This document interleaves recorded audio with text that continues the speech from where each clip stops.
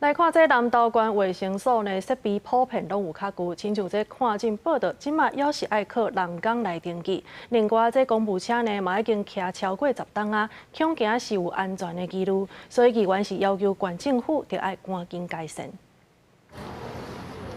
我要看诊啊，我喺度看医生。民众到卫生所互医生看，无法度直接插健保卡，也需要人工一个一个处理。另外，全县的卫生所有130台公务奥多拜，501台骑超过10年。南投县有议员也批评卫生所一寡基础设备煞真老旧，为卫生所甚至冰箱废弃，无法度保存费就才会检体。 去病院就那种插卡，去还搁要人工报道嘛，浪费这人力在那边，可能需要改善。卫生所的这个摩托车方面，我觉得如果没有办法及时的来改善，是不是用这个差旅费的补贴啦，或是油资的补贴？许费结合个案啦、疫苗的施打啦、幼儿园的管理啦、学校管理啦，这个都需要我们公卫机车的一个协助出门。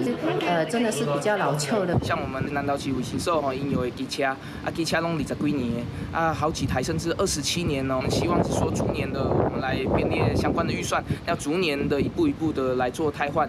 议员也讲，全县13乡镇市卫生所，拢总有130台公务奥多拜，其中101台使用超过10年，甚至有20多台骑超过20年。卫生所医护人员若要去访视个案，到社区也是学校宣导才会工课，出勤的安全拢互人烦恼，要求县府爱重视，赶紧换新。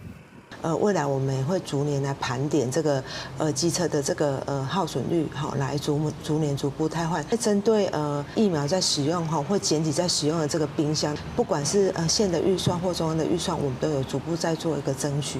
南投县政府回应，即马当前若骑家己的车出差超过5公里，拢会有补贴。也若卫生所的健保卡电子报道系统，伫11月底会完成建立，后续也会清点设备，并预算伫5年来完成。记者邢平仪南投报道。